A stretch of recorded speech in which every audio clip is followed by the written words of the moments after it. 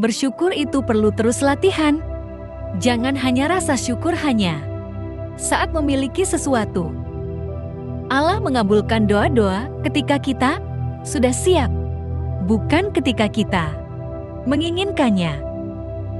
Saat kamu merasa tidak ada orang yang berada di pihakmu, tenanglah karena Allah selalu bersamamu. Kita tidak pernah tahu, bisa jadi orang yang kalian bodoh-bodohin akan lahir seorang anak yang pintar. Tak masalah saat ini kamu miskin. Bisa jadi itu alasan Allah kelak untuk membawamu ke surganya. Salah satu kebiasaan buruk manusia ialah suka membawa-bawa nama Allah untuk kepentingan dirinya. Seolah-olah apa yang ada di pikirannya selalu sesuai dengan yang dikehendaki oleh Allah. Kita ini mudah mencintai orang yang berjasa dalam hidup kita. Tapi kenapa tidak mudah mencintai Allah yang jasa-jasanya sangat besar dalam hidup kita? Mencintai tidak cukup dengan tidak melukai yang dicintai, tapi juga harus sabar saat dilukai yang dicintai. Yang abadi adalah yang kita sedekahkan. Di akhirat, kenangan yang paling indah di dunia adalah seberapa sering kita sujud kepada Allah SWT. Barang siapa belajar tanpa guru, maka gurunya adalah setan. Sebuah langkah kecil merupakan sebuah awal yang begitu panjang.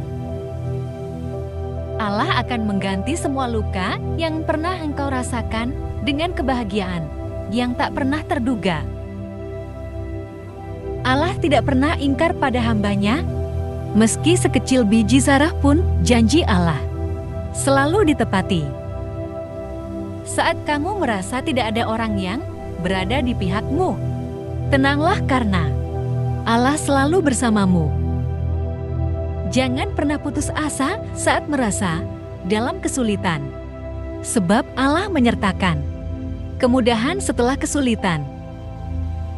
Cinta mungkin terkadang membuatmu rapuh, tetapi berterima kasihlah kepadanya, karena cinta darinya bisa membuatmu lebih kuat dari sebelumnya. Kita harus curiga dengan otak dan pikiran kita. Dosa terbesar istri adalah menggoblokno suami. Jangan membenci orang yang sedang kafir saat ini.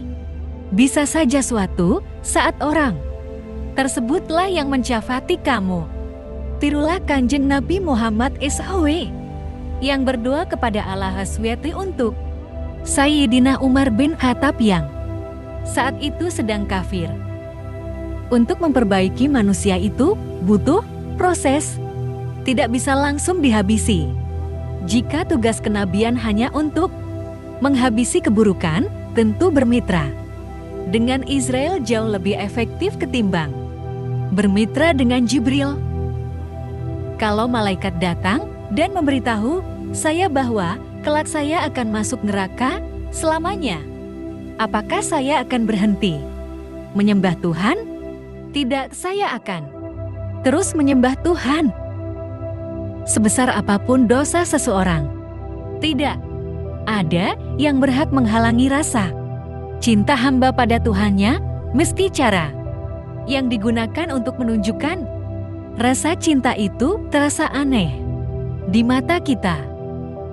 Kebodohan itu merusak, tetapi merasa dirinya paling pintar lebih merusak.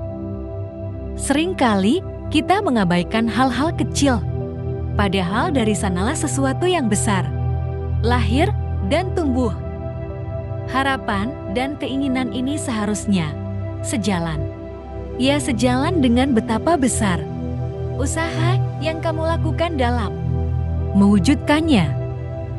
Untuk menjadi yang terbaik, kamu harus mempunyai mimpi yang besar serta semangat untuk mewujudkannya. Seberapa besar pengorbanan yang ia lakukan, maka dari situlah kita akan tahu betapa besar cintanya kepadamu. Terkadang, mungkin Allah membuat hamba-Nya merasa kecewa, namun percayalah Ia hanya ingin engkau kembali berharap hanya kepada-Nya. Thanks for watching this video. Please subscribe our channel.